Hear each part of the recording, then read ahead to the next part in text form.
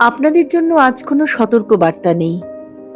কিছু জট, দায়বোধ, কিছু চিন্তা নিয়ে আজ আমার স্তব্ধ থাকার দিন, একান্ত থাকার ছায়াসূচি।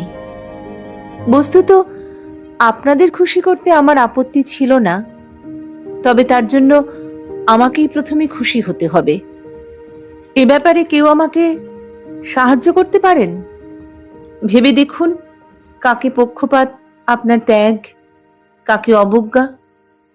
ভেবে দেখুন সামনের মানুষটির কথা। ভ্রুমধ্যে কলম ঠেকিয়ে মিথ্যা নয়, ফাঁকি নয়, অবিশ্বাস নয়। বলুন, ক্ষমা করেছেন আপনার চিরশত্রুকে? যদি সফলতা চান হবে, ভণ্ডুল চাইলে তাই।